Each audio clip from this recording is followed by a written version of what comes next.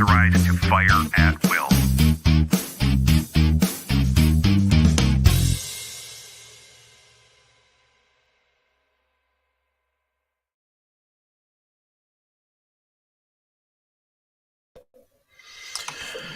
Hey, good Monday evening or Monday night, depending on what part of the country you may find yourself in and what time of the day it might be. And anyway, it's TC and Friends Monday Night Musings. I'm going to have a guest with me here in a little while, an angry vet, Kevin. Forgive me, I'm monitoring my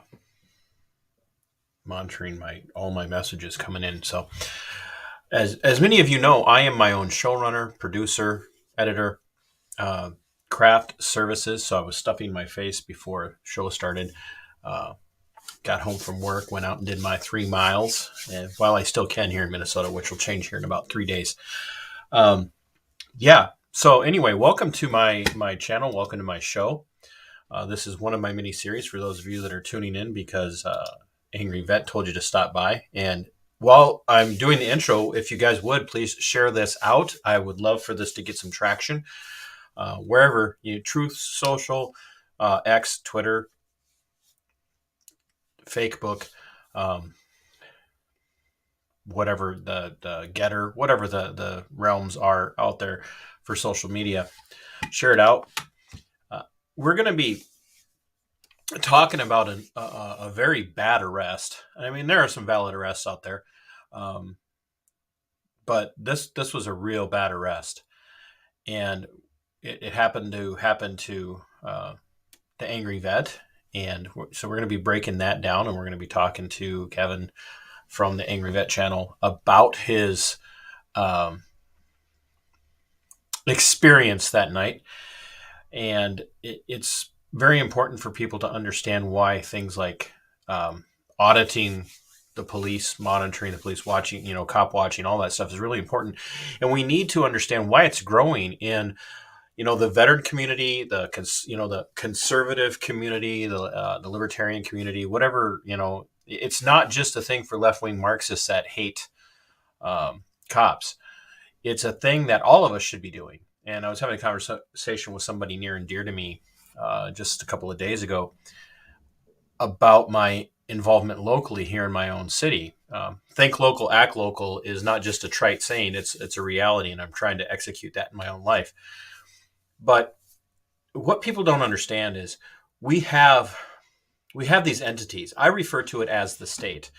For those of you that are intellectuals who like to read, or can find somebody like a book on tape or whatever, there's a really good book called The Anatomy of the State by Murray Rothbard. And I really encourage you guys to read that and take it in and begin to use language like the state over government. Because when you look at the way the United States Republic was founded, and we are a republic, a constitutional republic, and a democracy. When you look at the way the constitutional republic of the United States was founded, we are the government. Directly under the Constitution, with the elected servants and then all appointed public servants, cops, anybody else, even the janitor at the city hall, they are all subject to us. They are all our servants. They are servile.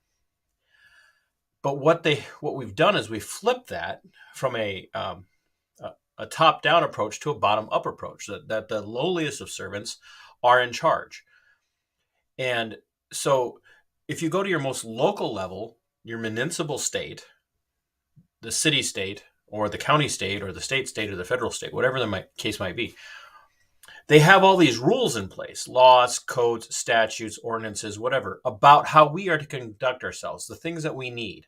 We have to get permits to do this. We have to get permits to do that. And a permit is nothing more than a piece of paper from your local state, in most cases, most local to you, the city or the township that you live in, your town board or your city council, where you are granted permission from the state to do something.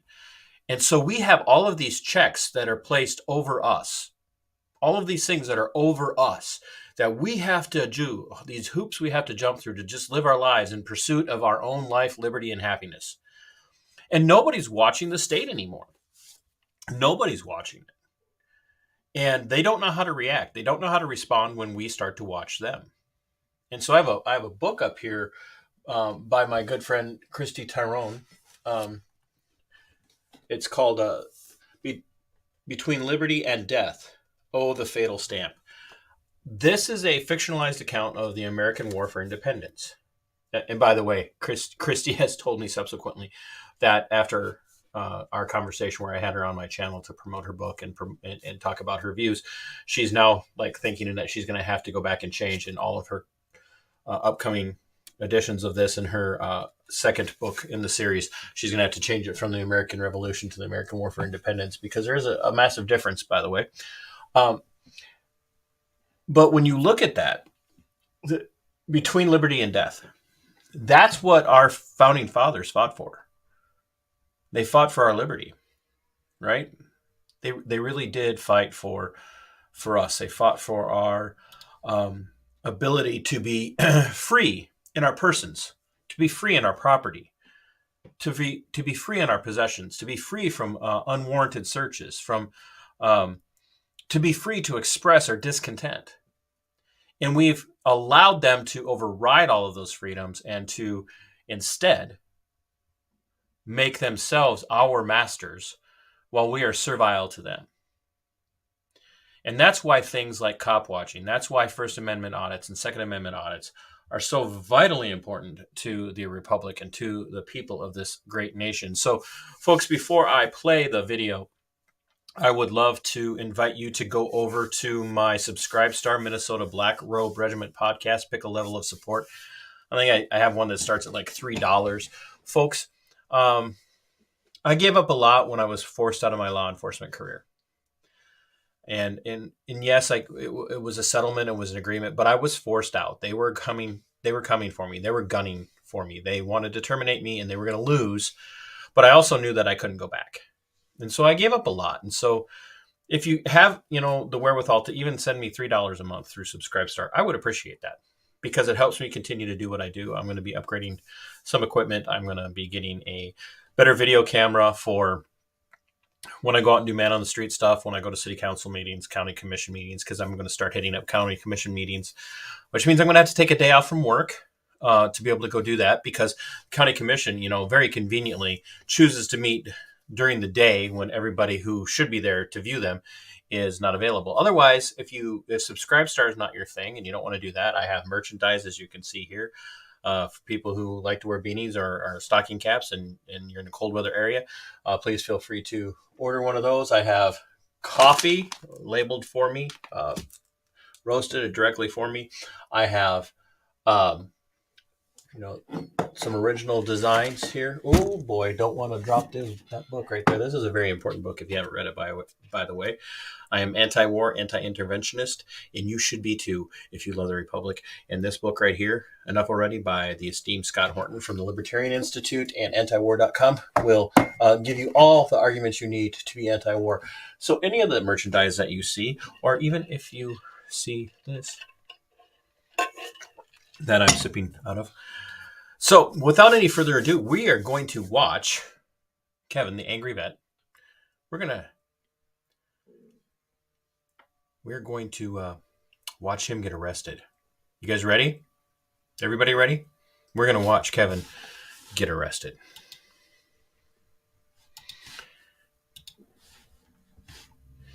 So my understanding on this is that there was a video prior to the one we're about to watch where Kevin had a not so pleasant interaction with the local law enforcement in this region.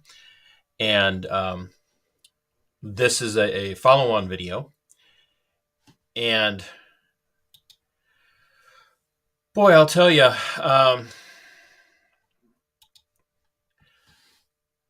I'm just going to say this. I've already talked to Kevin. He knows I have some critiques of how this played out. Mostly for law enforcement, but a little bit on his part.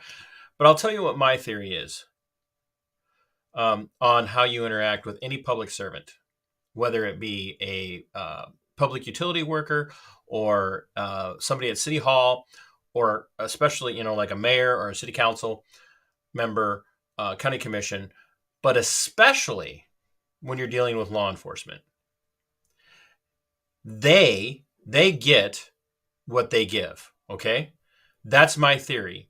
You get a good cop who's polite, civil, even if he's attempting to restrict your freedoms, tread on your constitutionally enshrined natural rights. If he's being civil, you can have the conversation with him civilly. However, if they come out of the book and they're trite or they're jackasses or they're cocky or they're arrogant or they're rude, then by all means, you give them what you think is the appropriate response because you have the First Amendment protecting you in your interactions with law enforcement or any other public servant. You are not required to be respectful. You are not required to use only language that they approve of. Now, they don't have that protection. They are to remain calm, in control, cool, and professional at all times. What you're going to see here is not calm, cool, in control, and professional. And I'm not just talking about Kevin. So we're going to watch this. We're going to watch through it. I'm not going to do through the initial watch through, I'm not going to do a lot of interruptions. I'm going to do a little bit. But I'm going to bring Kevin in afterwards, and then he and I are going to go back through it, and we're going to talk about it a little bit. And then we're going to talk a little bit about how he even got into this, because I could tell you, because Skipper and I had him on Veteran Nation. He never planned any of this.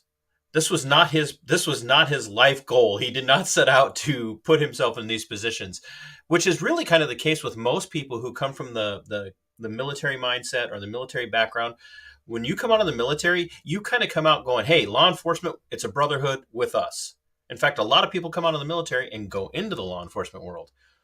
And so you kind of view people in the law enforcement world as brothers in arms, so to speak. Now, subsequent to my experience, I recognize that for a massive mistake. But most people do not set out to go, you know what I'm going to do? I'm going to go be an auditor. That's not, people don't get up in the morning and go, you know what I'm going to do? I'm going to go put myself in incredibly difficult, awkward positions where I could get arrested at best, or maybe even tased, shot, or beaten to death. That's just, no one says that to themselves in the morning. That's not how Kevin started out. So without any further ado, folks, here we go.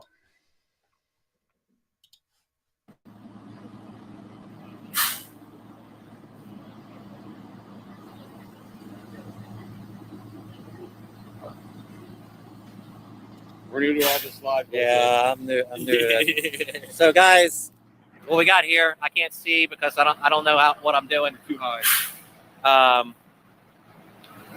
But what we had here was a police chase. They were chasing a dirt bike, and they were all amped up. They got the helicopter out for this dirt bike, and then they probably had 15, 20 cars all running for this dirt bike. And a cop came through this intersection here, smashed into this car right here, right there, came through this intersection, smashed into this car. Put the fake look, guys. We forced them to put all this crime scene tape up. They got it. They got into our faces and shit. I got some pretty good footage of that, but I ended the static feed. And that car on its side is a cop car that hit this car and then ran into the other car. Both police officers are okay, but they went to town with us. They totally, wait till you see that footage. Holy shit. My first cop watch, guys. My first cop watch. I want you guys to note what he said there. It's his first cop watch.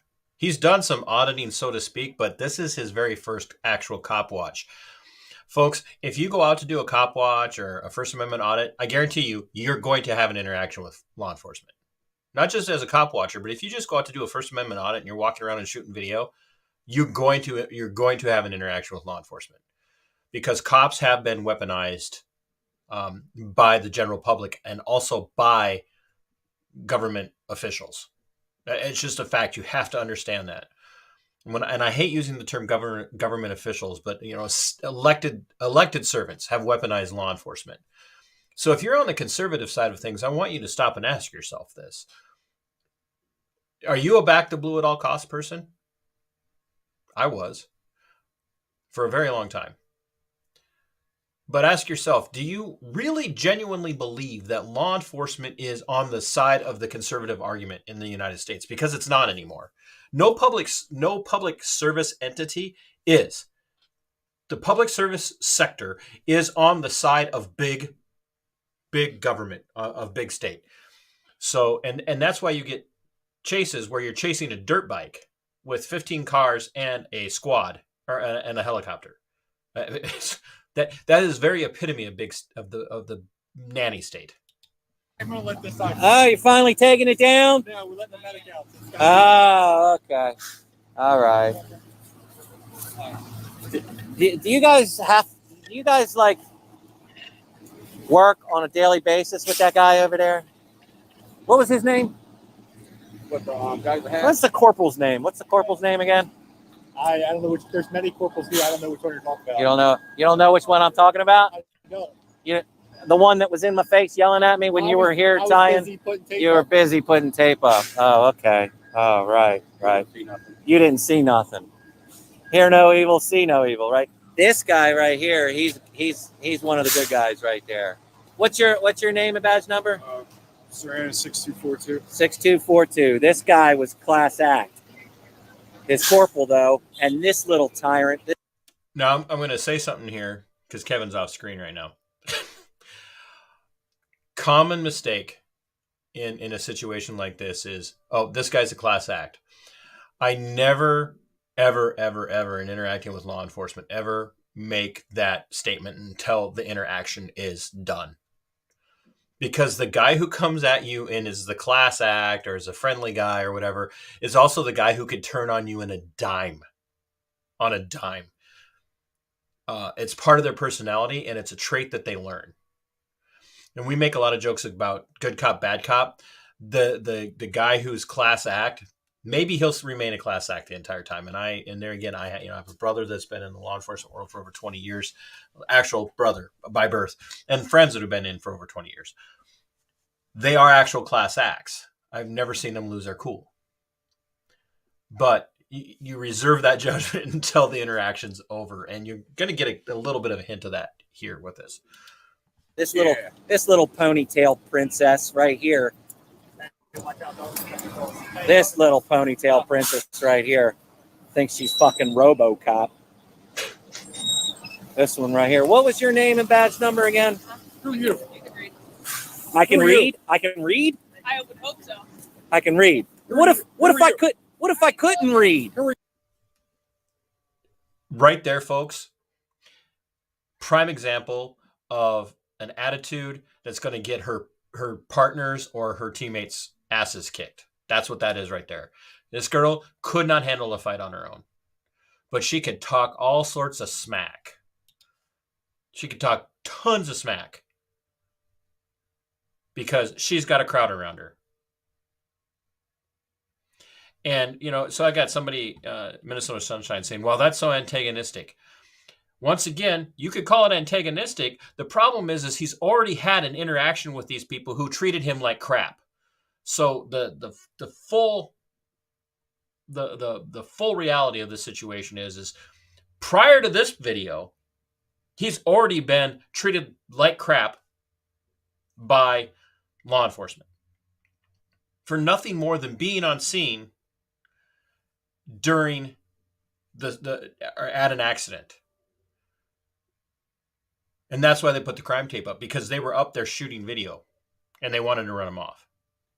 So you could say that that's antagonistic, but she had already treated them in a very condescending way. Now, I already told Kevin, Angry Vet, like there are things that, and he'll acknowledge this when he comes on, things he could have done different, right? In the moment, there's always something you could do different. Hindsight's 20/20.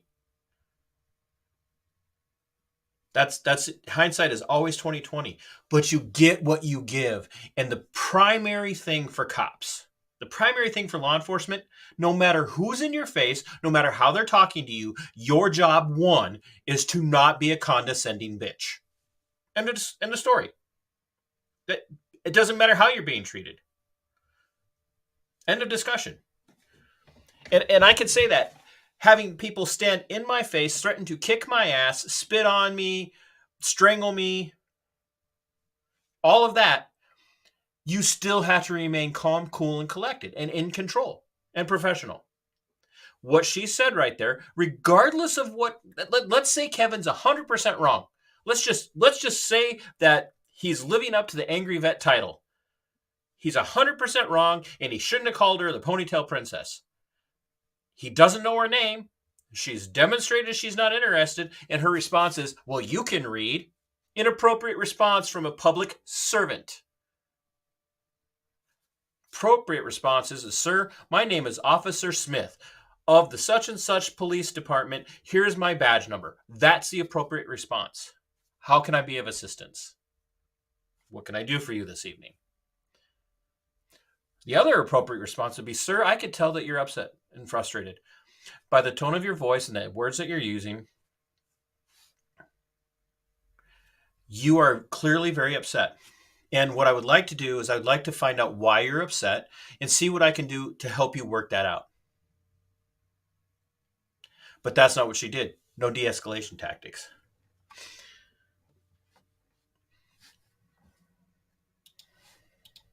Who are you? Exactly. Who are you? Exactly. What's your name? I'm sorry? What's your name? Who the fuck are you? Who the fuck are you? Now this guy comes right in Kevin's face. Doesn't announce himself, doesn't identify himself, doesn't address the reality that apparently he's a captain. We find this out later. He does. I said I wasn't going to interrupt much, but here we are, right? It gets right in Kevin's face. This is inappropriate conduct by a senior supervising member of this agency. He has no business approaching like this, especially without identifying himself. Unprofessional conduct on his part. In fact, his first response should have been corrected that female officer and said, no, when a member of the public asks your name and your identification, you give it. And then he could turn around and say, sir, I apologize. I will correct this officer at a later time and make sure that she gets the education and the counseling that she needs to know how to not escalate a situation. My name is Captain So-and-so, and if there's a problem here, I would like to address that with you. But that's not what this jackwagon does. I'm getting fired up because I'm sick of people defending this shit. What's your name? What's your What's name? your name? What are you doing out here? What the fuck are you doing out here? Are you okay? Are you having a mental derangement issue? No. Yeah, Are you on drugs or alcohol? What are you fucking doing? Do you need bro? medical attention? That's funny. This fucking That's guy. funny. This guy. What the fuck are you doing? What are you doing here? Everything's closed. I'm sorry. You have to go the other way. Look at them all. Look at them all. Look at them all closing in, Always guys. de-escalate. Look at them all closing in. This guy comes in, escalates everything. You don't even know who This we are. guy comes We are in, free escalates citizens. everything, and then they all start. And that's the point right there. There was no reason for any of them to even pay any attention to these two. Kevin and his buddy. None. They weren't interfering with this investigation at all. The investigation is a direct result of the chase that they engaged in. They should have been more focused on the poor civilian, the poor citizen on the side of the road whose vehicle was destroyed by this. But instead, they're going to be focused on the people with the cameras. That's what this attitude was all about. And there again, I don't care how Kevin could be out there hollering at them, calling them pigs. They have no right to respond the way they do because they're public servants. I don't care how many times he calls them pigs. I don't care how many times he drops the F-bomb. Their job is to remain calm, cool, and collected at all times. Because when I lost my cool, my sergeant pulled me aside and gave me a verbal beatdown. What you see in this, no one's given any of these officers a verbal beatdown ever. And you could tell it by the way they respond. Start closing in on them. Yeah, you have no idea how famous. Just keep the camera Hey, pointed Sarge. here. Hey, Sarge. Nobody wants to see you. Hey, Sarge. Go pound fucking sand, you douche. You fucking douche. I'm gonna find out who the fuck you are. What's your name? You hear that? This plain clothes, whatever he is, fat representation. I mean, let's just be honest. It's a typical representation of your average long-term cop. And I should know because I was that fat guy up to about 5 years ago. Keep the camera pointed at me because nobody wants to look at you. Now, there was no call for that. None. That's not professional. That's not in keeping. I guarantee you it's not in keeping with their code of ethics. I guarantee it.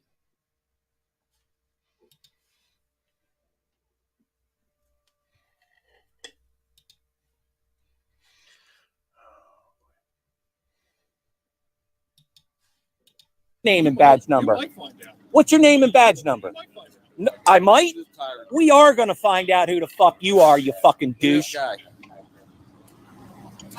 Look at that guy and all his fucking crony protectors right there. Did They you had see how to they? protect their Yeah. gate, man. Yeah. Did you see how that happened? Uh-huh. This motherfucker gets in my face, Starts starts know who fucking you are. bad fucking breath. By hey, bro, you need a.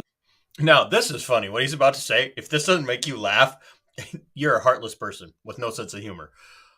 But I'm also going to say this again. He did. He came up and got right in his face. You try that with a cop. You try that with a cop on scene somewhere. You walk up to the cop and you get right in his face. See how that goes for you. See exactly how long it takes them to pull their taser on you or pull their gun, slam you to the ground and put handcuffs on you. It won't take long. And it might be justified. But this guy, because of his position and the fact that he's a cop, felt like he could come up and get in Kevin's face and say these things and go, are you having a mental derangement problem? What kind of BS is that? Why? Because I'm out here calling you to account and I'm not talking to you the way you want? Because I'm showing you contempt of cop? Because contempt of cop, there is a lot of crime in the world. There is no greater crime in the United States than contempt of cop. Contempt of cop will get you killed. That's an instantaneous death sentence for some of these guys. Which is why when I talk to Kevin, I'm like, you know, you might want to not be so vocal. But he is the angry vet for a reason. Mint, bro. You need a mint. I'm sorry, that's funny. Wants to fucking know who the fuck I am. You need to talk to your You're going to get corporal more over there. He's F-bombs in fucking this video unhinged. than you will That from guy. Eddie Murphy or Yeah. George Carlin video in an entire set. With your little fucking notepad. I want to go. I want to go talk to that motherfucker. We need to find out. We need to find out who that fucking guy is. That guy right there. I don't even know how to zoom in. I need better equipment, bro. Hey, I need to speak to a supervisor. I need to know who that clown is with the notepad. Anybody want to help me out with that? Huh? Look, they told me I had to move and I didn't. I'm still the same place I was. I never got that sergeant's name. Did you see the sergeant came over here and said that we were all going to be YouTube stars? Hey, Sarge, if you come over and talk to me, I promise I won't make you a YouTube star. It's too I'll late keep for you all off your the live film. streaming. They just do their fucking job. What happens when Look, you give they're an all, old they're all Coast Guard fucking vet standing a around now. camera and he doesn't know how to use it? Like, don't they have anything better to do? Hey, did you catch the motorcycle rider? You did? Yeah. Did you see that, guys? I got one of the cops saying, what did he say? Oh, I said, Oh, hey, yeah. is this about the Yeah. motorcycle crash or the motorcycle you were chasing? He was like, yeah, it is. And then now I got this guy saying, yeah, we caught him. I'm glad you caught him at the expense of this fucking innocent citizen right here. Bingo. Absolutely freaking bingo right there.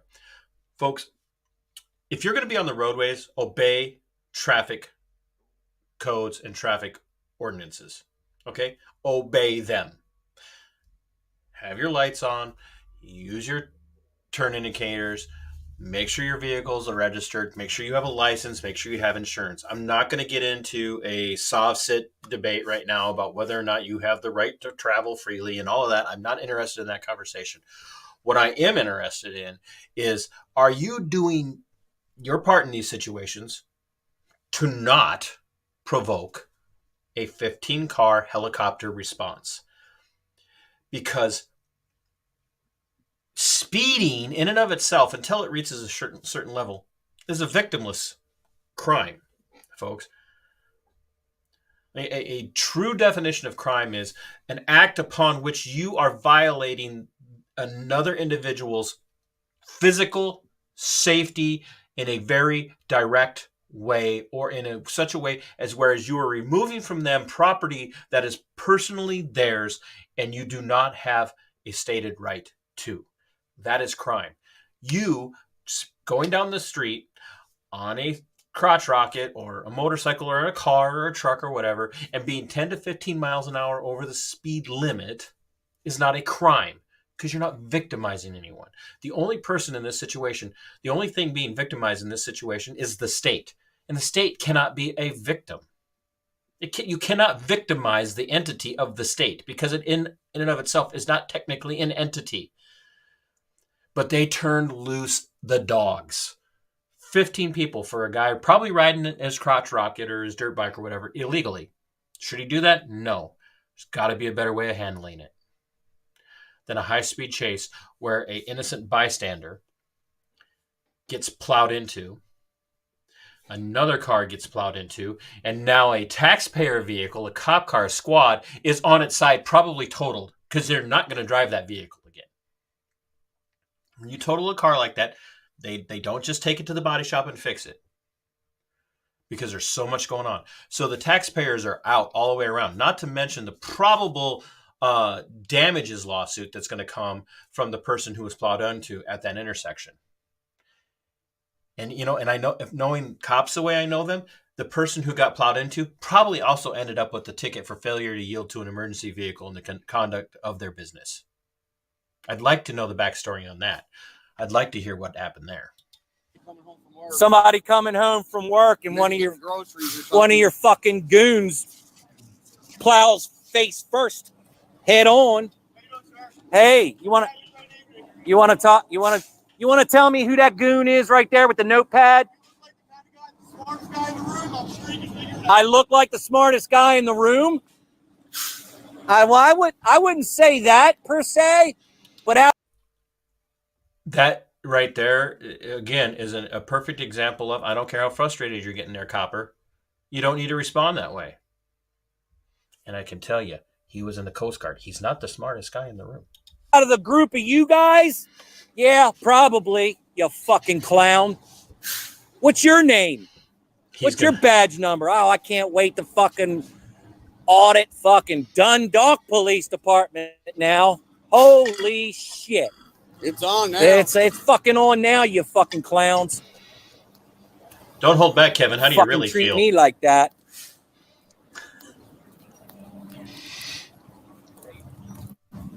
I'm fucking. Now this is where you guys really need to pay Here we attention. go, guys. This interaction coming up here. I ain't gonna listen fucking very, deal with very, this very shit. closely.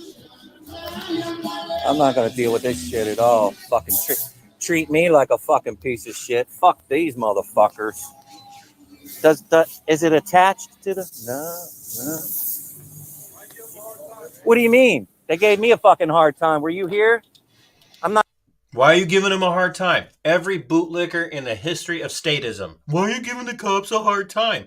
Were you paying attention? Did you hear how they were treating me? Because I've been there, folks.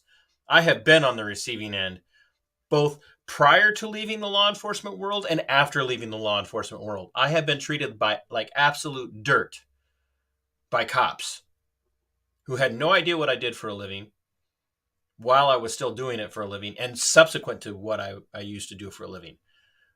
They will treat you like dirt when they don't think anybody's paying attention because they can get away with it.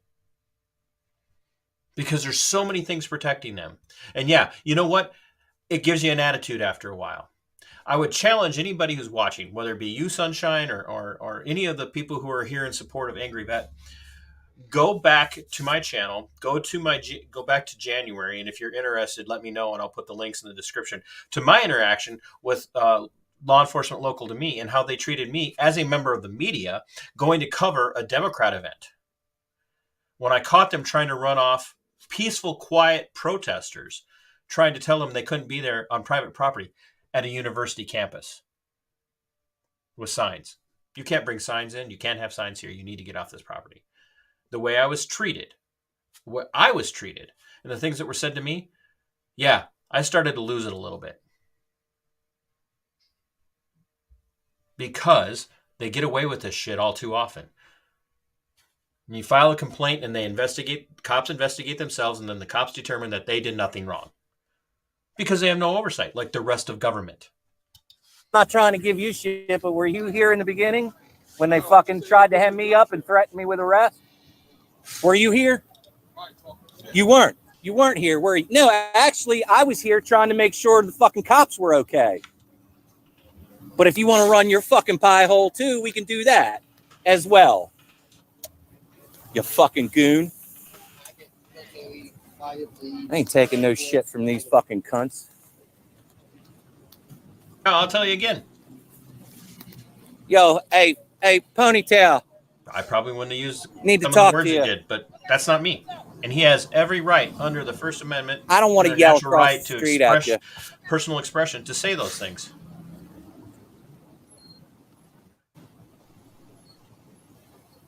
So you don't want to talk to me? I need the name of of that douche right there in the fucking With the paper. with the papers and the down vest.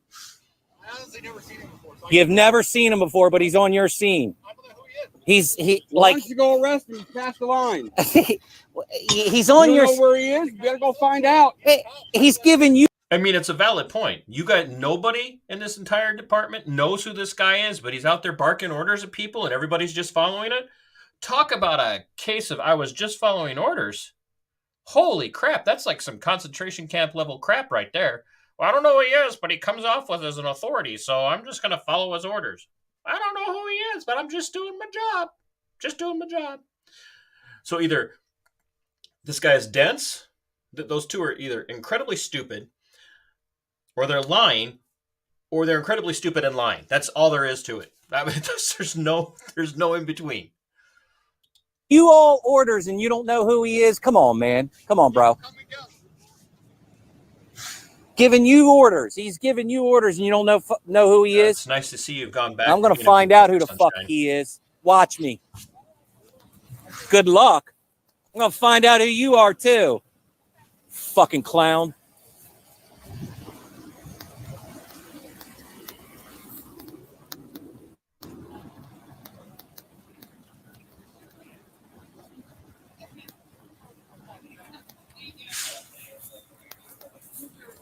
And we got a bootlicker over here. Yeah, no, he was talking shit a second ago. He was talking shit to her? Not to you, not you. Now here's where Here's where it gets really interesting. Of course. Fucking bootlickers and cops alike. You, I need your... You guys remember the old Sinatra song? Love and marriage, go together like horse and carriage. Well, cops and bootlickers can't have one without the other. Sorry. Name and your badge number. You wanted to get in my fucking face, give me fucking unlawful directives. You gonna give me your badge number and your name? You gonna identify to the public? Huh? Right here. Zoom in on Thanks, that Gravy. motherfucker.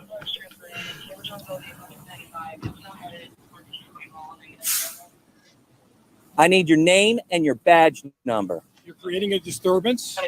Come on, heard get out of you here. Threaten that gentleman over there. Flat out freaking lie. A lie. This Winnie the Pooh, four-eyed freak of a roly-poly-oly just freaking lied. The only disturbance that was created was when a cop T-boned, or excuse me, didn't T-bone, hit that other car. That was the disturbance. The disturbance is they've got cameras. Are they being polite? Nope. Are they required to be polite? Nope. Is there a better way for them to have handled it? Probably. But they're still covered by the First Amendment if you want to look at it from that perspective. This fat piece of crap, and I'd say it to his face, literally just fabricated a threat. I heard you threaten that guy over there. No, you did not. And we have the video proof to show it. And that's what they tell him here. Didn't hear me threaten anybody. Nobody threatened anything. We got everything. On Everything's video, man. on video, bro. You ready? Go for You it. will leave now, or you will be arrested. Off the I'm public going sidewalk. to count till 3. Okay, listen, Jimmy, I'm going to count to 3. And if you haven't gone to your room by the time I get to 3, you're going to be grounded. I'm going to count to 3. There's no reason given other than he tried you're creating a disturbance, and he didn't tell me he was going to arrest him for that. And then he tried your threat. You threatened, and Angry Vet pointed out, I didn't threaten him, and I have the video proof. So he realized he wasn't going to get that in any case. So now he's just telling them to leave. There's no lawful order to leave or be trespassed. One, at this point, he is still, as far as I can tell, he's on at least in an easement, if not on a public sidewalk. Plus, he's functioning as a member of the media. So this fat, roly-poly Winnie the Pooh reject just doesn't like the fact that he's out there with a camera and he's being, kind of rude. It's called contempt of cop. And contempt of cop will always get you in trouble. Always. Always get you in trouble. You can do just about anything else. You could threaten somebody for real in front of a cop and they won't do anything. Because it's happened to me. If I've been threatened in front of cops. I had a university president put his hands on me, try to take my equipment away from me in front of cops. And they didn't do a damn thing to him. Same thing's happening here.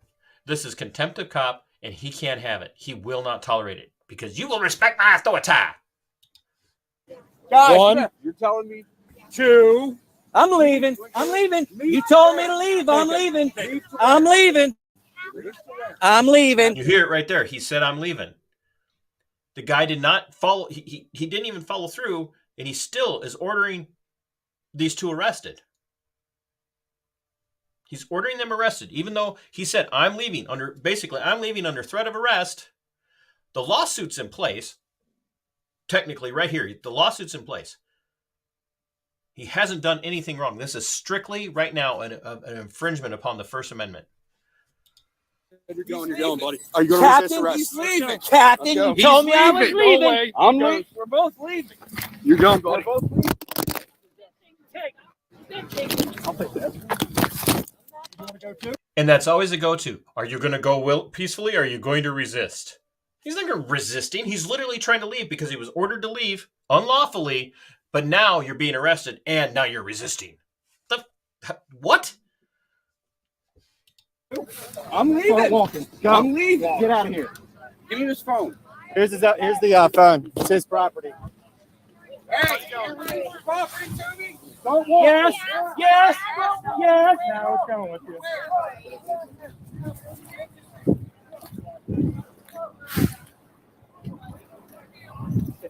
Y'all are making a big fucking mistake. Making a big fucking mistake. You're being audible. Yeah, okay. If you didn't catch that, Mistake. Making a big fucking mistake. You're being audible. you are being audibly resistant. There is no such thing. There's no such thing. Talk about made up crap. And even if they have it in a law somewhere, absolutely would get shattered constitutionally in a court of law. We are going to stop this video here. And we are going to, you guys ready for it? Because I know ain't none of you here to see me. Kevin. What's up? Now, I'm not going to go into detail about our private conversation, but, I did tell you there were some things that I would, you could have handled that differently, correct? A little bit. Yep. A little bit. Yep. And I don't mean that in a disrespectful way. There's, you I'm also still learning, bro. Yeah, I'm right, still absolutely. learning. And my view. You get what cops, public servants, these, public officials, they, in my opinion, they do get what they give. I think Yeah. there's a place for that. But I do think, you and I have a lot of our own personal issues, and we've talked about it a little bit as far as, I kind of, I go up here right away just because of my experience and how I've been treated over the last few years of my life. How I've been treated by the law enforcement community while I was still in and subsequent to that. And so I immediately start to kind of adrenalize, if you will. I kind of get ramped up a little bit as well. And it's pretty easy to do. And I would say a lot of what you've been through over the last, let's say, what are we going on now for the last year, really, is probably contributed to that. But I mean, you are the angry vet, so I mean, you did live up to your name. Yeah, they created this monster, and then now they're trying to cage it. Well, and as I can't remember right off the top of my head who said it. If you go about the world searching for monsters to fight, you will become the very thing you're looking for. And oftentimes they do create their own monster. Were you arrested and released on scene, or were you actually taken into the facility and booked? Crazy story. Like it just gets crazier and crazier, and I can't. And where is the original video? Because I want to break that down too. Well, that is the original live video. I haven't put together a video yet, putting my static with my video and BCO's video. Baltimore County Observer, he was my backup. Banging dude. You definitely need to go over to his channel and subscribe. And for those of you that are him, he stayed all night. All night waiting for me to get out of jail. For those of you that are watching, if you haven't subscribed to Baltimore County Observer, please go over there and do that. And if you haven't subscribed to my channel, I don't know what's taking you so long. I'm definitely better to look at. So I'd tell you everything, but I got to kind of keep some things out because absolutely. I'm waiting on we're getting banging them in the head with some discovery. I don't want any shit to disappear. We are getting some feedback that your restream is not sharing any volume on your side. Really? So, yeah.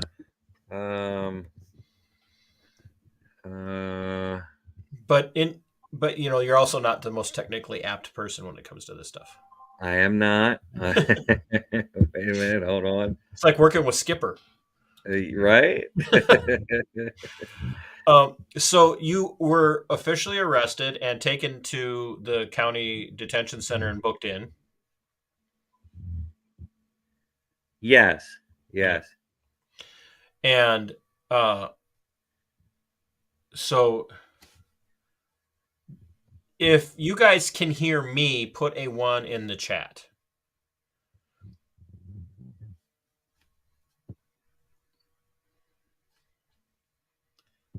And if you can't hear me, then I don't know what you can do. So if you're okay, so for those of you that drop my live, I can drop my live and send everybody over here if you want. What if we could? Why don't we not? I mean, I'm going to appreciate the traffic.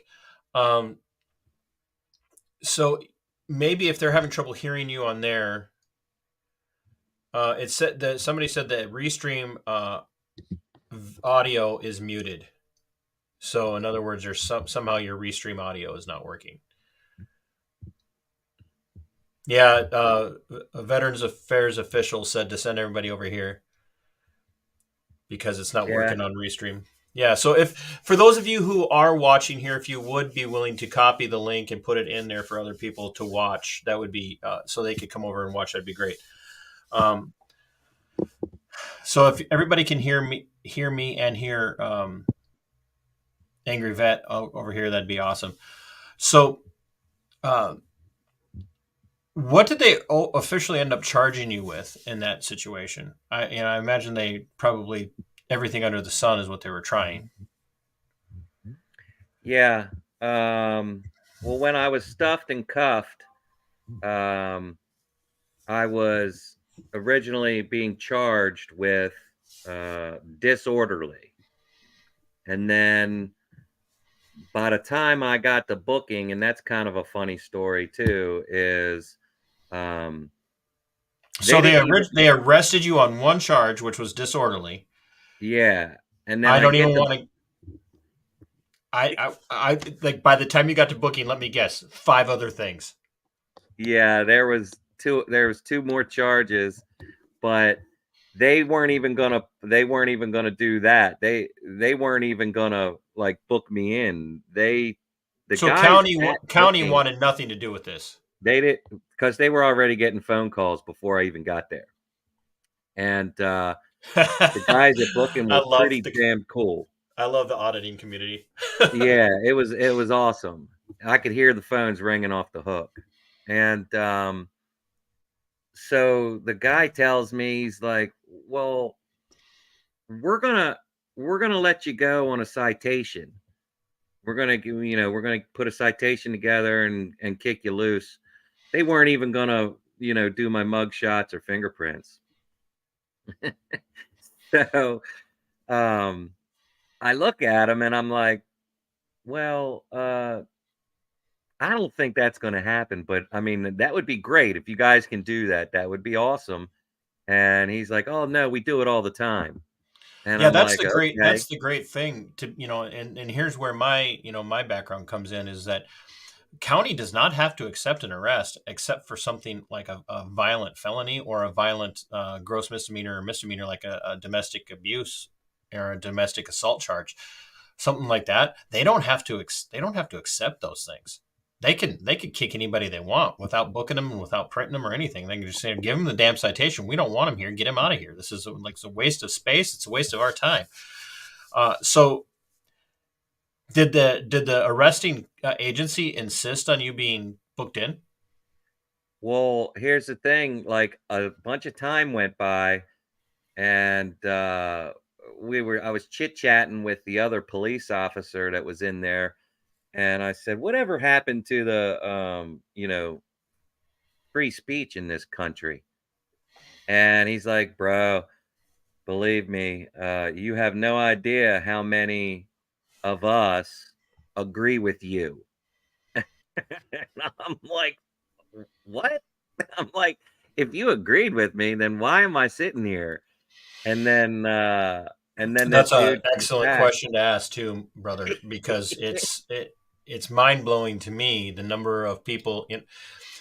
And I know I interrupted you in the middle of your thought, but here's what I want people to understand. When people talk about good cops today, they'll tell you the vast majority of cops are good people. The vast majority of cops are decent people, and they want to help, they want to protect, they want to serve. But I have a series that I've been working on my channel, and it's been a while since I've done a part of it, but and I think you'll agree with this part there, Angry Vet. I'm just going to keep calling you Kevin because that's just easier. That's fine. There's really 3 types of cops. There's the obviously bad ones, and everybody can recognize a bad cop when we see him. We all know what a bad cop looks like. And then there's a complacent bad cop, and that's the guy who can watch the actual bad cop do bad cop stuff and not say anything, not even back in the locker room. He may not necessarily partake in the activity, but he's also not going to challenge the activity, and he's not going to stop it. And then there's the actual good cop. And the actual good cop is the one who actually steps in the middle of the bad cop's conduct and says, "No, dude, you're out of line. Stop it right now. Get off my seat. Get out of here. You're escalating this. You're making it worse." The number of actual good cops in the ranks that are left is down to maybe 5 to 10% tops.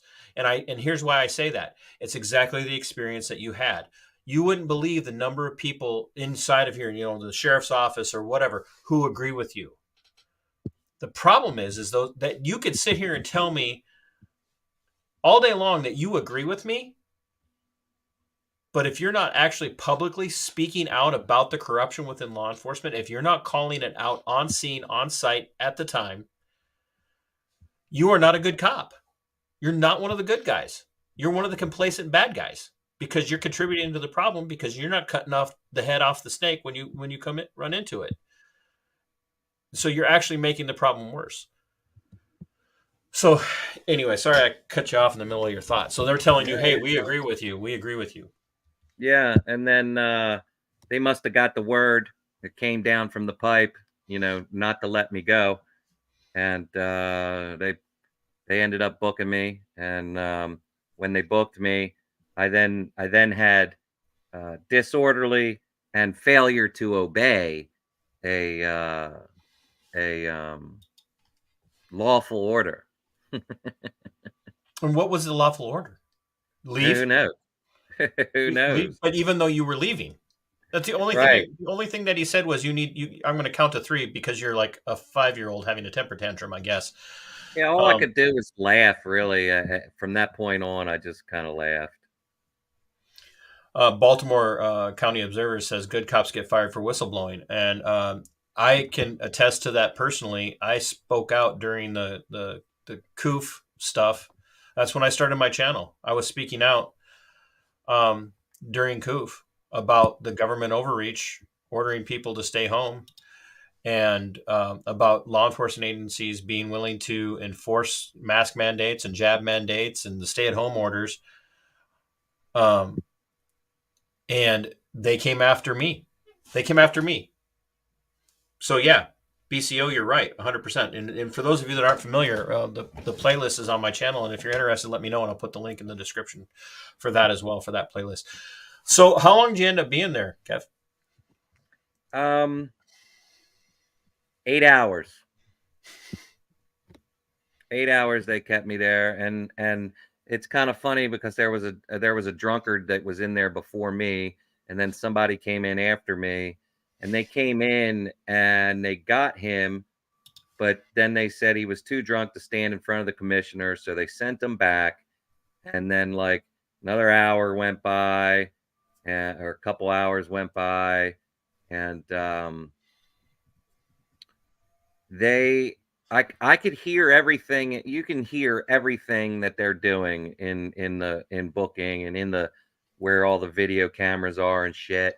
Absolutely. And you can hear everything. Like it's 100%. It's amazing. The acoustics, they can't hide shit.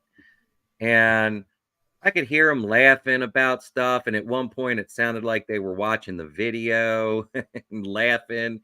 And then I heard that Officer Masters got a phone call from the commissioner, and he put it on speakerphone. And the commissioner is like, "So is so and so ready yet?" And he's like, "No, he still needs a few hours to knock it off, not to get sober or whatever." And she says, "Well, is anybody else ready for me?" And this is like 5 hours has gone by now. And I was like, I'm listening. And he literally tells her, "No, there's nobody here." That was the police officer or the sheriff's deputies? It was the police officer, Officer Masters, inside the precinct while I was in jail, talking to the commissioner. And so he hangs up the phone, and now I get up off my pad, and I'm waiting because you can kind of see through the glass. They have like this mirror stuff on the glass to where they can see in clear as day, but you can't see out. But if you really look hard enough, you can see shadows. You can see when the doors open up and shit. And the door opens up from inside, like dispatch or whatever, and I get up and I walk over and I put my face up against the glass like this, and it's Masters, and I'm like, bro, I said, did were you just talking to the commissioner? And he says, oh, yeah, I was talking to the commissioner, and I'm like, why the fuck did you tell her there wasn't anybody for her to see? And he was like, oh, well, your paperwork's not done yet. And I'm like, bro, I said, it's been five hours. I've been here over 5 hours. I said, does it takes that long to write a report? And he's like, oh, well, they had to clear the scene, and he's in the other room right now writing your report. And I was like, well, who is it? Who's the arresting officer? Who's writing the report? And he's like, oh, I don't know. And I'm like, bro, stop fucking with me. I said, get my shit done, get it over to the commissioner. I said, I'm done playing these games. I said, this guy's sitting in your department and you don't know who he is? He's like, oh, well, I have no idea. And then And we did find out subsequent to that the guy who initiated are you having a mental health crisis, or are you under the influence of drugs or alcohol? That was a captain. Yep. And he's calling all the shots. He's like making all the shots. Yep. He's calling all the fucking shots. And as Brian over at High Impact Flicks or Here's the Deal says very often, and I've said too, a stream can rise no higher than its source. If that's how a captain's going to act, that's how his staff are going to act. And the rare ones, as BCO said earlier, the rare ones are going to get, they're going to get pushed out, or they're going to be marginalized to the point where they're riding a desk job. So it sounds like they offered you a really good cup of water. Yeah, I asked for water. They gave me this little tiny 4-ounce bottle of fucking water, and then I said, look, I'm going to need more water than this. He says, go fill it up at the toilet. And I was like, nah, bro. Was it one of those all-in-one models where it was the sink above the toilet? Oh, and it was nasty dirty. I got news for you, bro. It don't get no better when you get down to main housing either. It's the same setup. So they released you after 8 hours. You have court dates and stuff on this then? Yeah, it's written down somewhere. 28th or 29th is the first court date, I think. Have you found an attorney yet? Yeah, I have an attorney. I have an attorney for it. Have you sent the video over to the civil rights attorney? He's in your neck of the woods. No, he's over in West Virginia, and I tried contacting him about the first couple Baltimore County arrests. And he's busier than a one-legged man in an ass-kicking contest, by the way. So he makes so many videos. Plus, he's always going to court. Yeah. So don't take it personal. I'm not. I don't take it personal, but I've like somehow my email doesn't go to everybody's email correctly. I get a lot of demon failure things, notices, failed demon, whatever shit.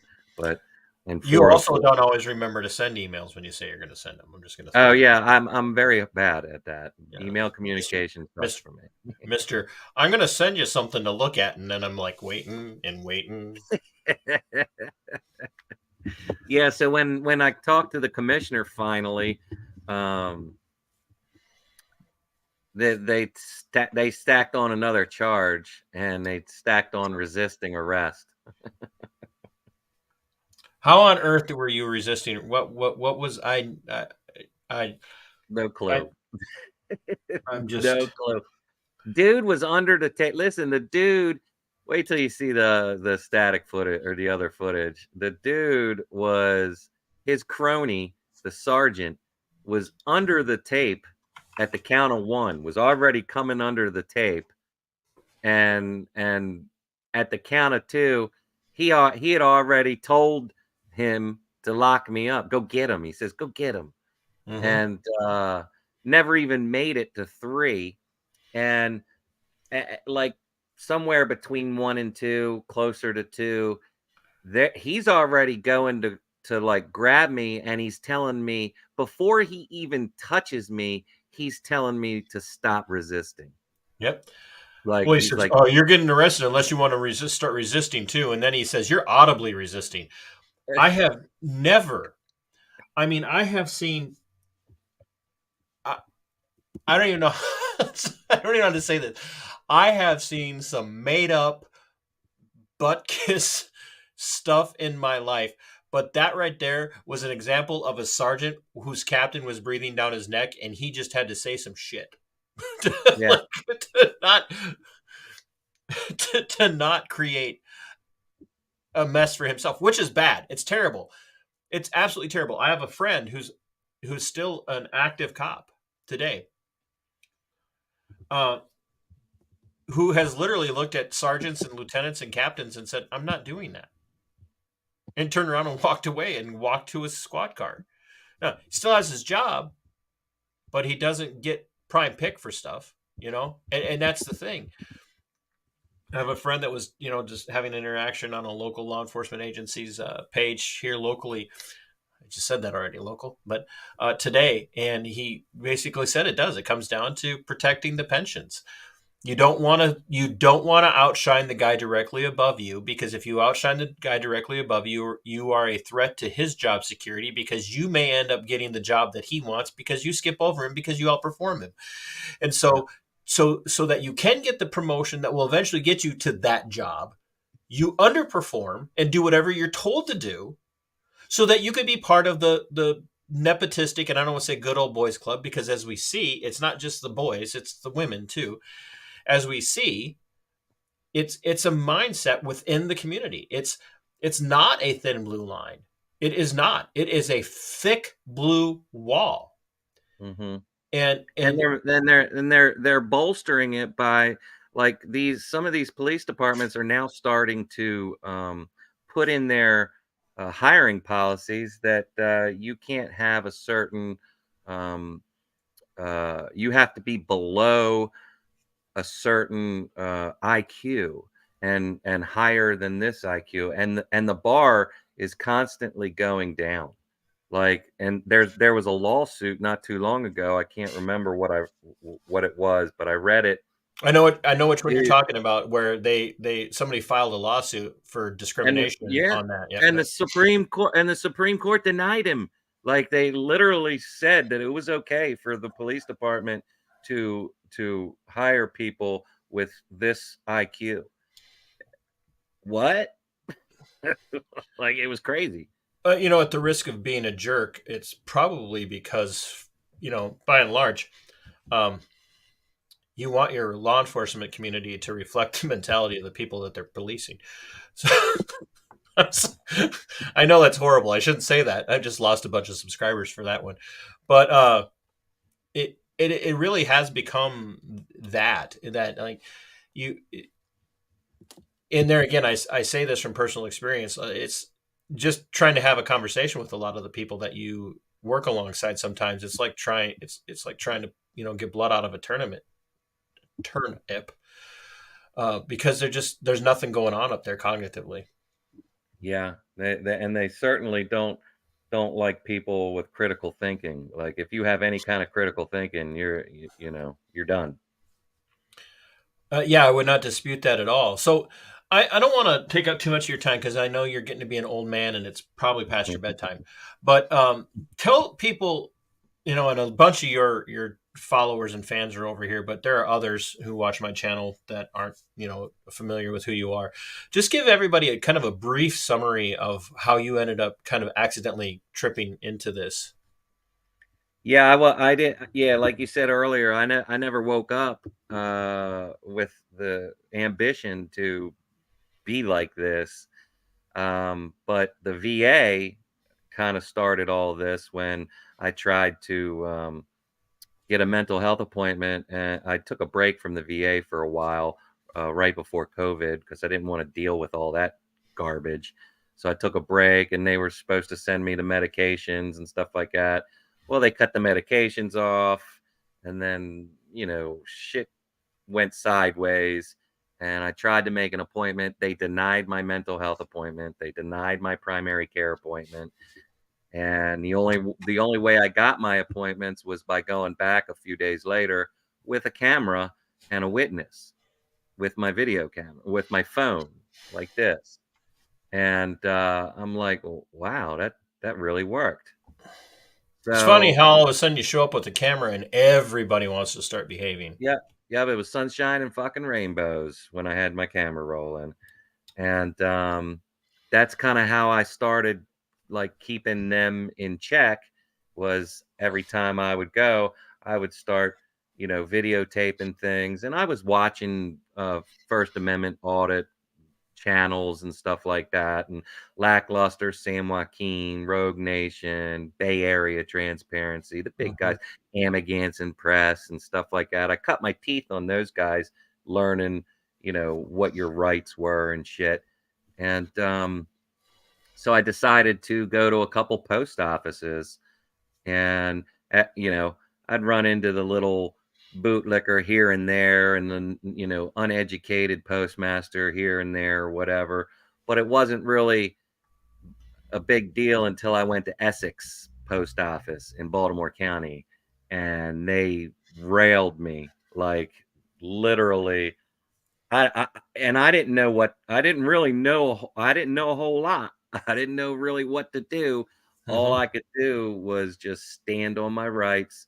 I knew I wasn't doing anything wrong, and sure enough, I end up getting locked up, and then I get locked up by them again, like a couple months later, for going over there to take pictures and video of where I was standing when they locked me up.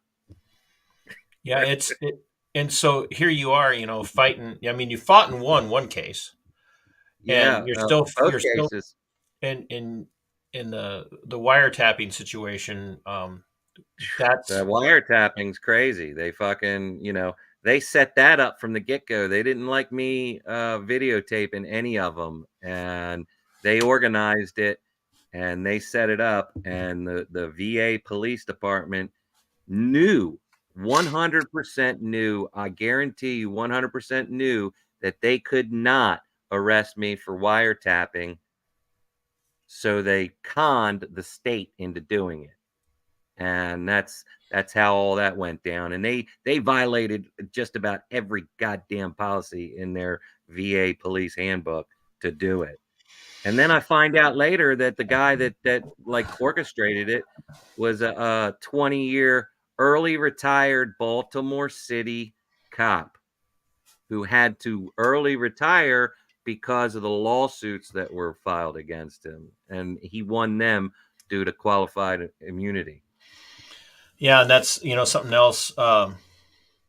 Thanks everybody who's watching. Please like and share this out, and because I'd appreciate the love over here on my channel. So yeah, like the video, share, subscribe if you haven't.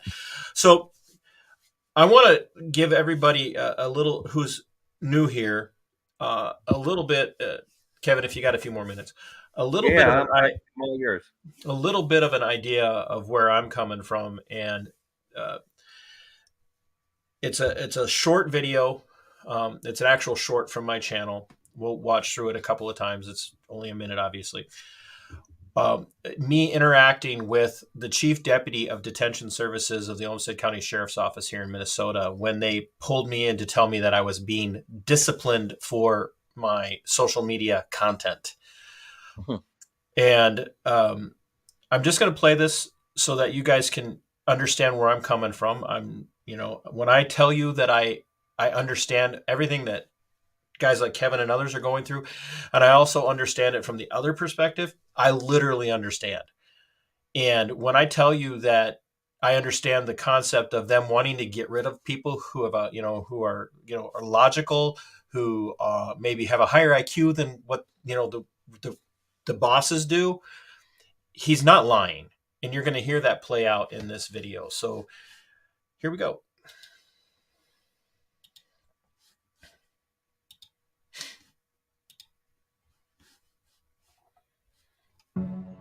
Oops. Okay, Okay, so are we going back to the episode in June where you talked to me in master control and we're considering that a coaching? That's when we were talking about Correct. it. Yep. You talked to me, Yep. and then I asked for follow-up, Okay. and I asked for written follow-up, Okay. and you said you didn't want to do written I follow-up. didn't want to do written policy because it's all, in my opinion, it's in policy. I'm completely, totally, and utterly like at a loss as to what's going to get me in trouble. I mean, I do think our policy is pretty clear, but Right. it's open for debate, I guess. And let me talk to someone, and we can, because I mean, you're a smart guy, Tom, right? I appreciate There's so many that. different That variables. doesn't make me feel smart right now. There's so many different variables that we could, what if? I mean, you know that as well as I do. I'm going to play that one more time, but I want you guys to listen. If you, in there again, I know you're listening, but listen very carefully to what he says when I call him out on a particular conversation. Listen to what he says here to that question, and then what he says later. And this is why you're dealing with the problems you're dealing with in the law enforcement world, folks. The people who are in supervisory roles are utter and complete low IQ, low info morons. Okay, so are we going back to the episode in June where you talked to me in master control and we're considering that a coaching? That's when we were talking about it. Correct. Yep. You talked to me, Yep. and then I asked for follow-up, Okay. and I asked for written follow-up, Okay. and you said you didn't want to do written I follow-up. didn't want to do written policy because it's all, in my opinion, it's in policy. It's in I'm policy. completely, totally, and utterly like at a loss as to what's going to get me in trouble. I mean, I do think our policy is pretty clear, but Right. it's open for debate, I guess. And let me talk to someone, and we can, because I mean, you're a smart guy, Tom, right? I appreciate There's so many that. different variables. That doesn't make me feel smart right now. There's so many different variables that we could, what if? I mean, you know that as well as I do. So, folks, that's what we're dealing with in the law enforcement world. I caught him. We're going back to such and such a date. I asked for written clarification, didn't want to give it because, in my opinion, policy is clear. Then later on, yes, policy is clear, but it can be debated. And folks, this is what we're dealing with. If they're going to treat one of their own that way, what makes you think they're not going to treat you with even more underhanded and sneaky, dirty tricks? These are the people we're dealing with. Now, do I think that I don't have an ACAB perspective? I don't think all cops are bastards. I really do think that a good percentage of them get into the line of work because they really think they're going to make a difference. They really think that they're going to have a positive impact on somebody. Most of them end up just having some sort of an impact, as we saw with the accident. But it changes some people very fast because they get very disenfranchised very quickly, and they either get out and they go, into real estate, or they end up, I don't know, they'll go work at a grocery store just to get away from it. And others will stay in, and it becomes a burden and it becomes a weight because there's this cognitive dissonance that they experience where they know the things they're being asked to do are wrong, but they become enamored of the paycheck and don't let anybody tell you cops don't make enough money. Folks, Right. That's your money that they're making. And they stay in it for the pension.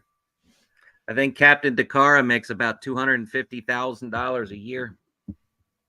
And you compare that to the median income of almost every community where law enforcement is almost always at least 1.5 to 2 times the median income of a single income person in every community. I just let that sink in. On average.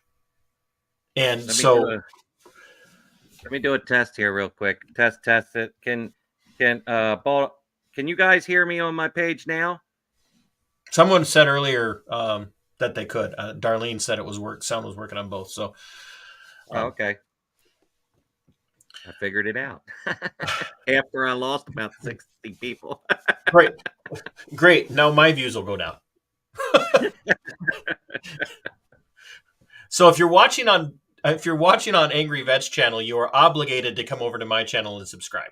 That's just Yeah, that's I've been part dropping your link like every couple minutes. well, I appreciate it. So Shit. you know, there again, you and I have talked off screen and behind the scenes, and we've both discussed a little bit of our personal places where we find ourselves in some stuff. You're taking steps to remedy some of that in your own life, as I have as well, and it's a long process. But do you see yourself continuing now? And and when I say ramping up, I don't mean obviously the attitude, but do you see yourself ramping up your activities and going out now on, because we all have jobs and we all have things that we need to do, to be able to, we can't count on video income like some people like Sean over at Right.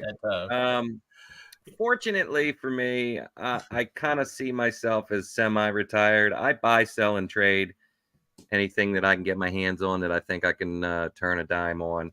I've done very well doing that, and we were situated pretty good before all this crap happened. So I have the time to fight this, and that's what I'm gonna do.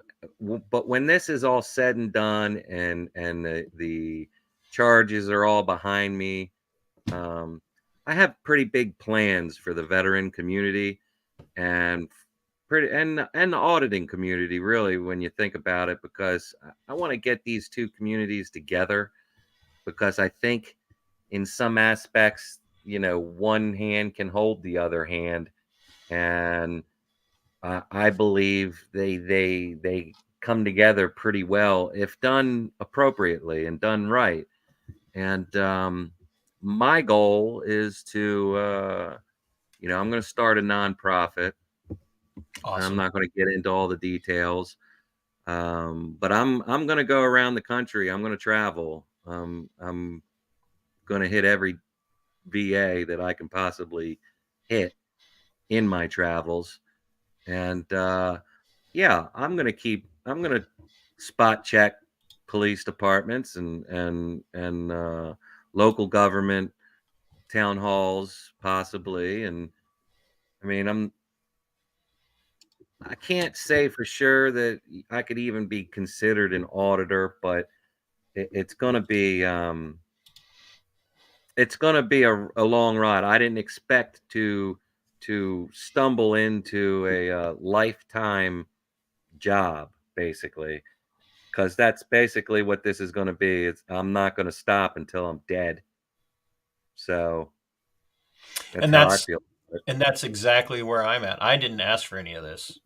I didn't set out to do this. It was only after, I had been in the career for a while, and then started to be treated the way I was being treated by maybe more senior people in the law enforcement community, but then how I saw people, being myself included, being treated by the average guy on the street. But just so people know, I'm not a blowhard in the sense of I don't just talk big. I actually, when I get the opportunity, even on my lunch breaks, I don't know if you've seen this one yet, so I think you'll get a kick out of this if you guys are all right with watching one more here. You guys will get a kick out of this. So I don't. I'm not a fake. I actually do put my money where my mouth is here, folks. And it might seem petty, but to me, it's very important. Here we go. Now, I realize this isn't a legal issue, but the reality is this says no parking. And there's a parking spot there, and there's a parking spot there, and there are parking spots there. But this state trooper, this post-certified, licensed individual in the state of Minnesota can park wherever he wants to park. I can't park here. He could run me off for parking, but he can park here. I can't park here, but he can park here. It's interesting. It says no parking right there, doesn't it? Yeah, I didn't want to take up the spots for customers. I just had to go to the bathroom. I don't know, Sarge. That says no parking. Okay. Is that okay for you, though, Sarge? Now, I realize this isn't a legal issue, but the reality is And yeah, I want to show you guys the follow up to that because this is a perfect example of what we were talking about earlier.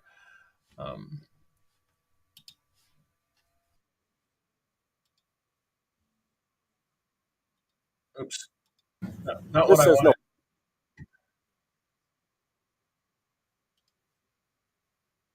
It's not working the way I want. Hold on. Don't you hate it Yeah, when see, you're just as I see you're just as technically inclined as I am. I'm normally better than you. I don't know. I think you're rubbing off on me. You stop that. It's all your fault. I'm having a meltdown on screen because of you. I'm just going to blame you. I Here we don't think go. my volume wasn't working because I didn't put myself into the screen. Yeah. All right. You guys are going to love this part. It's interesting. It says no parking right there, doesn't it? Yeah, I didn't want to take up the spots for customers. I just had to go to the bathroom. I don't know, Sarge. That says no parking. Okay. Is that okay for you, though, Sarge? Is that all right? Is that why is that okay for you?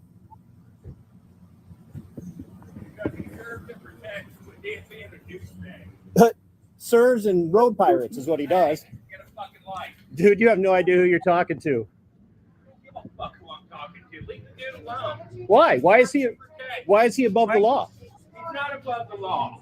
He is the law. No, he's not. He's not the law. He's a public servant. You're a fucking douchebag. Oh. And that, folks, is exactly why we have the problem we have. Yep. That right there. He's not above the law. He is the law. Yep. And that's exactly what you experienced that night you were arrested. That's exactly what you experienced with both Baltimore County situations with the post office. It's exactly what you experienced with the VA cops. Mm-hmm. They're not above the law. They are the law. And it's not just the cops. It's everybody these days in the public sector who's living off of the taxpayers. There is a two-tier justice system in this country. And you've now been victimized by it on multiple levels. And it really encourages me to see that your channel has taken off the way it has. I'm a little jealous. I've been at this since 2020. You're over here 6 months in, and I couldn't be here without all the people though that supported 100%. me. Like I mean, the people calling me behind the scenes, the guys that have my phone number, San Joaquin. I could name a shit ton of people that call me on a regular basis. That one's in here right now. Well, there's a bunch of them in here right now. This is a public service. Foshin, he's an incredible man. He's got a crazy story too. All the big channels that like picked up on me earlier, like Rogue Nation and San Joaquin and Bay Area, and shared my story. I wouldn't be here without them at all. It's just I haven't grown like some of the other channels have, because I haven't really, when all that happened, I kind of started laying back a little bit, and I wasn't going for the jugular. Let's be honest, it's scary as hell. It was scary as hell. Like I couldn't even do my day-to-day routines. I couldn't even drive through Baltimore County without seeing a police car and getting totally like stupid in my head. Like, where are they? What are they doing? Why are they behind me? Tell me that you haven't strongly considered, if you haven't already, investing in dash cams. Oh yeah, I have a dash cam. I haven't mounted it yet because I'm in the middle of flipping cars out. I'm gonna upgrade the wife, and then I'm gonna take Wait a her minute. car. Wait a minute. You're not upgrading the wife. Yeah, I'm going upgrading the wife and giving the old one the car. Yeah, Heather, no, but I'm Heather Holt says, upgrading cars. Heather Holt says, "Don't forget us little people. You're not Yeah. little Oh people. yeah. You are the base." She is 100% correct. Heather Holt, Melissa Stedman, you know, You can't name them Leslie. if you try. If Holy you shit, try. Leslie's a dream come true. Like And that's the thing is like you're so thankful, like when I hit 50 subscribers, I think it was in like the first week of my channel. I think I had 10 by the time I got home from the first Man on the Street day that I did. And I was like, wow, that was massive. And then next thing I know, I'm like, I hit 1,000. And I was throwing a party. I'm like, we're going to have a public celebration. And people are like, dude, it's only 1,000 subscribers. Settle down. Like, yeah, I'm making a penny a video. yeah. But I it hit gets 30K. I hit 30K, and I can't. It just stalled out on me because I wasn't taking care of what I was supposed to be taking care of as far as YouTube standards go. But I'm not here for that. You know what I mean? Like, I know my channel will grow later, especially when I get into taking care of all the veteran shit that needs to be taken care of. That's fine. I don't need the money. It would be great to have the money, like, Long Island and San Joaquin and Lackluster and That's all the thing. those. None of us got into this for that. Hmm? Lackluster, and none of us got into this into Oh that. yeah, no, none of us got it. None of us. Lackluster didn't do that. Audit the Audit didn't do it. They all Sean have, and Grants, they all have some crazy fucking stories. Like they a lot all of have people don't stories. even, yeah, a lot of people don't even know what their stories are. They Right. they love their channel, but they don't even know what their stories are. And So the biggest problem is too is that for every successful video that you put out, there's going to be somebody out there that's going to come after you. They hate you. They yeah, absolutely despise you. And that and was tough in the beginning. oh, and I'll tell you, like from my perspective, the hate that I get Hmm. comes from people who ideologically, to some degree, you know, uh, I'm not your typical normal. I coined the phrase back in early 2020, normie cons. People who think they're conservative, but they really don't understand what it is to be constitutional. They just hold a certain set of views, and they think that makes it a win for them in that conservative circle.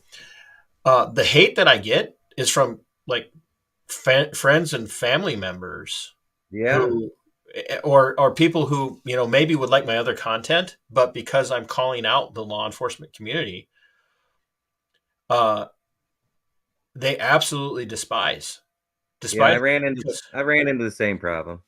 because aren't you a vet? Yeah. Well, did you used to be in law enforcement? And I'm like, yeah, at a level. I'm like, well, look, well, how can you do? Well, you must have done something. What were you? And I had a guy, and excuse the terminology, were you fucking female prisoners or something? And I'm like, what? Hmm. It's really disgusting to me. I mean, like, I had a hard time dealing with it because I was very I just because I didn't like the way things were done in the military and I didn't agree with everything, and the fact that I wouldn't wish it on my worst enemy now doesn't mean that I don't still have pride for the time that I fucking put in That's right, bro. and things that I did and the places that I saw and the people that I helped. That's right. I have a very deep pride for that. And when other veterans started coming at me and like accusing me of stolen valor and fucking just all kinds of crazy shit, it really fucking hit hard. Like, it was hard for me. It was a hard pill to swallow. And I got to thank San Joaquin for pulling me out of that darkness. I saw one of them videos. I was worried about you. Yeah. Because Yeah, I don't know if you remember this. I texted you in the middle of the video. yeah. I was like, bro. Yeah. No, it and I find myself that way too, that there are certain times where it gets real dark for me. It gets Hmm. real dark, real fast. And it's not comfortable. I don't like it at all. I hate it. And what I end up saying is kind of, the same thing you're saying. It's a scary place to be. And because you do find yourself, I just recently sat down with a podcast group, Union of the Unknowns, and one of the gals asked me, she said, "Do you?"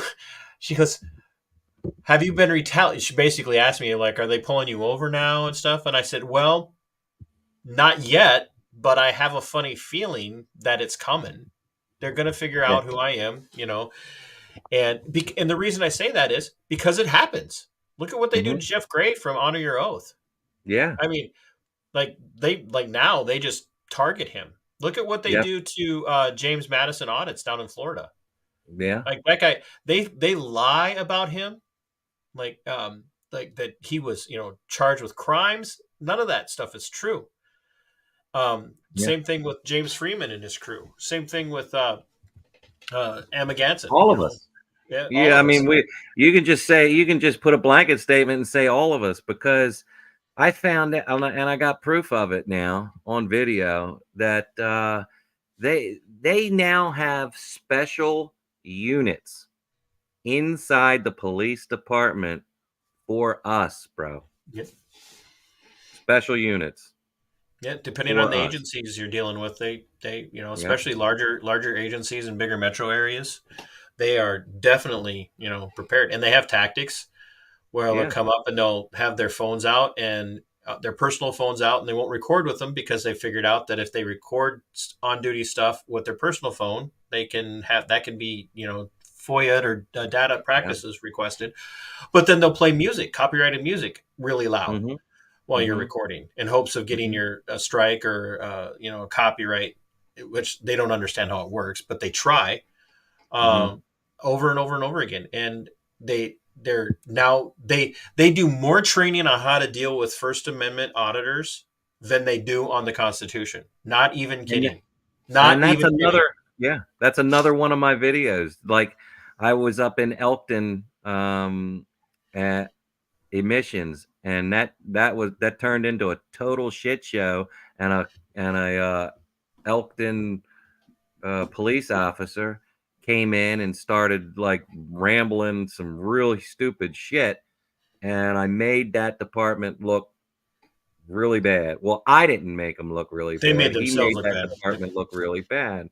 So I tried to follow up on it, and I talked to the chief, and I had a pretty good encounter with the chief, and a very good discussion. And we got him to schedule First Amendment training for all his officers. So that was great. And then I go back to follow up on that. I guess they thought I'd just go the fuck away, follow up on that, and I run into the same police officer, Officer Morgan. And I ask him about his training, and he loves it, and he's going off on it, and he's like, "Oh yeah, that's great stuff." And I said, "So tell me," I said, "what are the five freedoms of the First Amendment?" And he couldn't tell me. And, and this is like a few days after this training, right? So I'm thinking, like, what the You're talking fuck? about Like, the what? five separate parts of the First Amendment, Yeah. perhaps. And yeah. And he couldn't tell me one of them. So I was like, what is going on here? So I like a few months later, I run into the chief in Bel Air, and I confront him about it, and he plays dumb and this and that. So they're not training on the First Amendment. This First Amendment training that they get, and from these from these agencies, outside agencies or whatever, it's not on the First Amendment. It's on how to deal with First Amendment auditors. So as we get ready to wrap up, I want to tell people. So some of you have probably figured out by now, I'm the quintessential nerd. Um, I'm a little different than some people, but my brain works more from a legislative perspective sometimes than it should. I actually have in contact or in communication with a gentleman by the name of Mike Termott. He is running for the National Party presidential nomination, and he is a former law enforcement officer. He's also a former White House economist.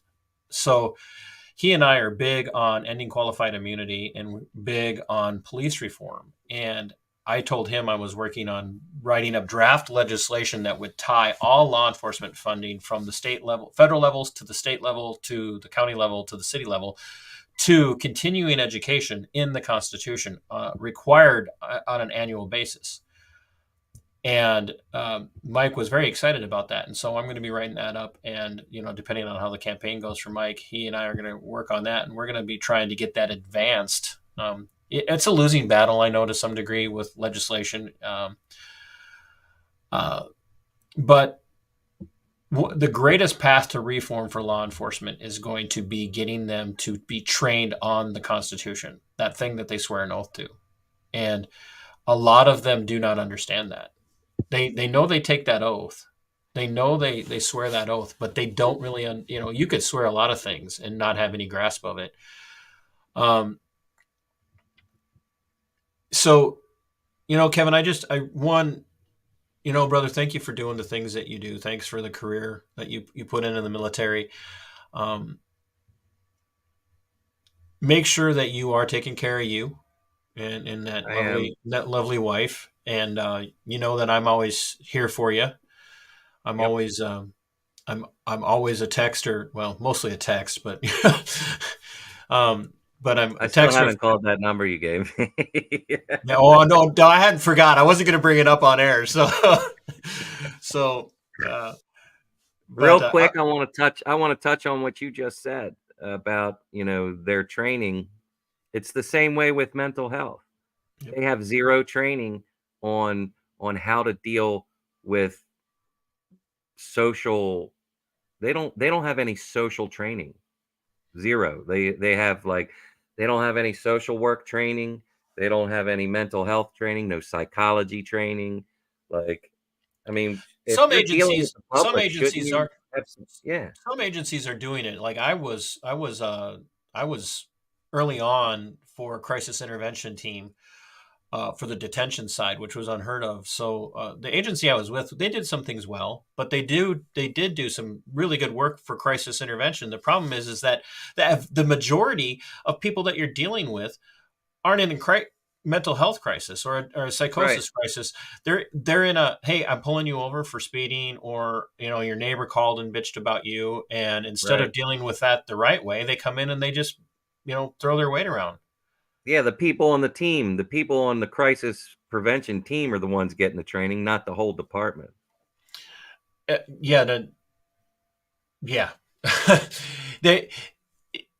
it's just not sufficient. It's even if they train it every year and they train their whole department, it's just not sufficient when the vast majority of people that you're dealing with are just your average schmo on the street and you're just constantly. You want to know what's causing a lot of the mental health crisis?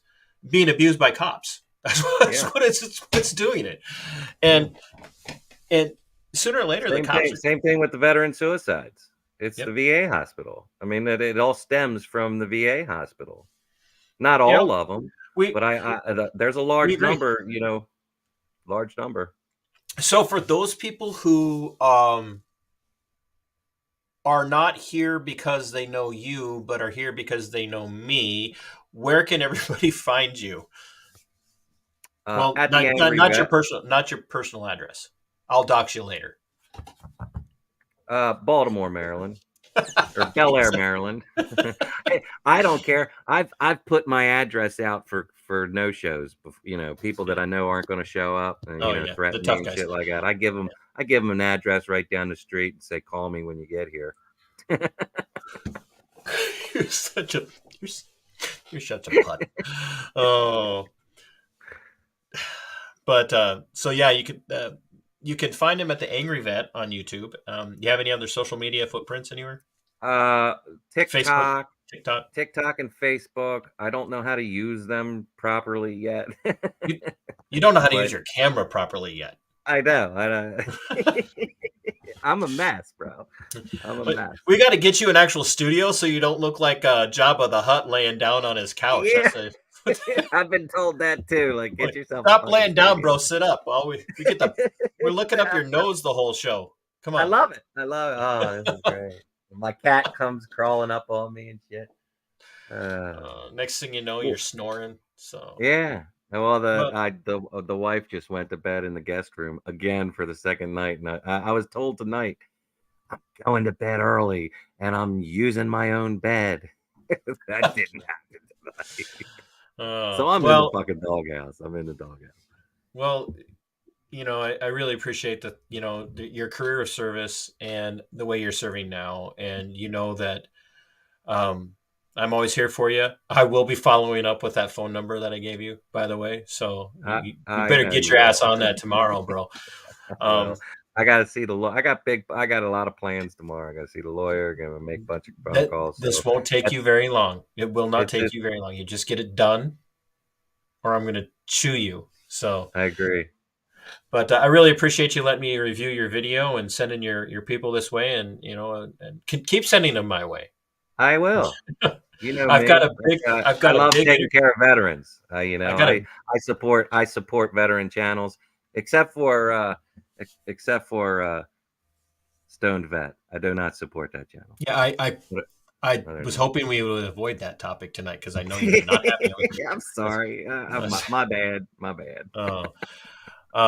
But no, I really appreciate what you're doing, and you might enjoy one I got coming up. I've got Dr. Michael Rechtenwald coming on. He's also running for president, so he's going to be cool. He's a former Marxist, now hardcore paleo libertarian, and he's going to be a really interesting conversation. So I'll let you know. You're going to enjoy that combo. So yeah, send me the link. I'll push it. Awesome. Well, send your crew this way, and I'll send my people your way, and I'll see a bigger bump than you will. Thanks, brother. I love you, brother. Thank you for having me. Yeah, thanks for doing this with me. We'll talk soon. All right, brother. Take care. Folks, Kevin from the Angry Vet. Most of you already know that because you're over here because of him. And for those of you that are tuning into my channel for the first time, I hope you enjoyed the banter between Kevin and I and a little bit of what I had to say. I'll say it again. When you're interacting with cops, in my book, you get what you give.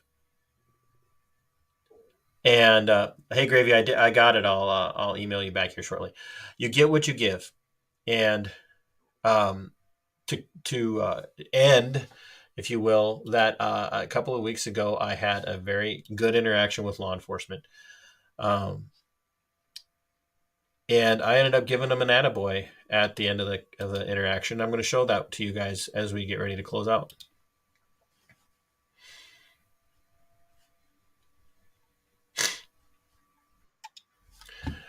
So I happen to be in the right place at the right time for a couple of different situations, and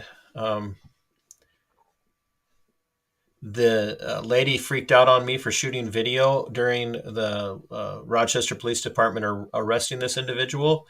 And one of the officers walked over and told her he's perfectly within his rights to do that. And this is how I interacted with him afterwards.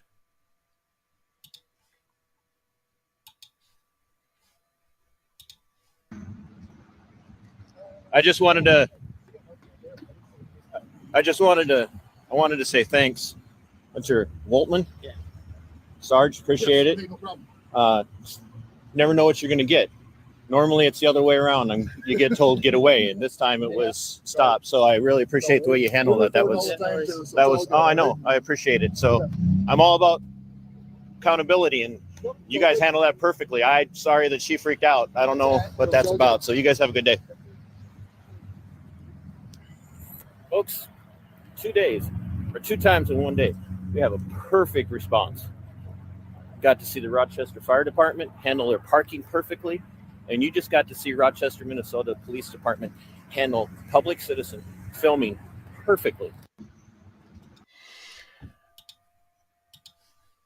We need to be willing to call out cops when they're doing bad, but if we never acknowledge when we catch them on video doing the right thing, then we're hypocrites and we're jerks.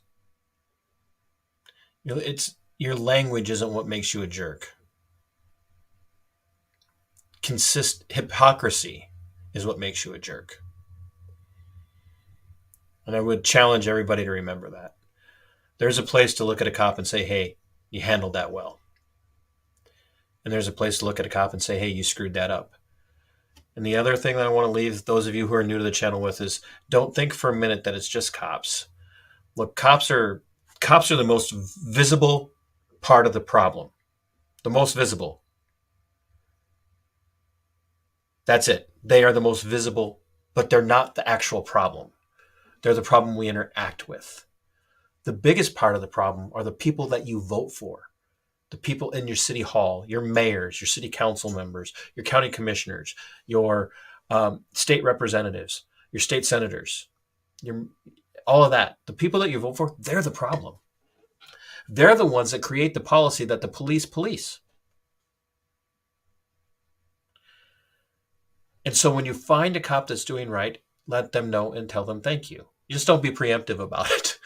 Wait until the interaction's done and then you thank them. But now start showing up at your city council meetings. Start showing up at your school board meetings. School board has the most power of taxation over you than anybody. So start showing up to school board meetings. Start showing up to your county commission meetings. Start making time. And if they won't change their meeting times, then you find a way to put pressure on them to get those things to happen. Start holding your senators and your House of Representatives at the state level. Start holding them accountable.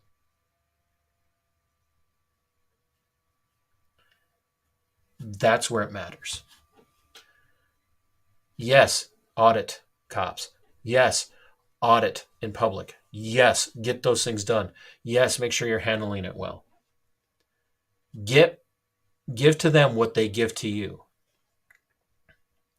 But never forget, never ever forget that the problem lies with the people who you elect to serve you. That's where the problem actually starts. That's the root of the problem. And that's the absolute one that you have to get rooted out. This is my friend Monica, fan of the show, made this for me because this is my tagline and I like to point it out every time that I get a chance. She handmade this sign in acrylic. This is my tagline. Fight for your liberty. It is yours. Fight for your freedom. It belongs to you. And until next time, my friends, Sic Semper Tyrannis. We are go for liftoff in T-30. Stand by for further instructions, Minnesota Black Robe Regiment. Secondary guidance systems engaged. Minnesota Black Robe Regiment, it will be on my mark.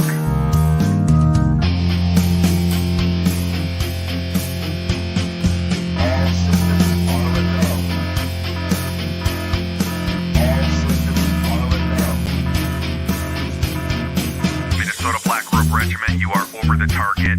You are authorized to fire at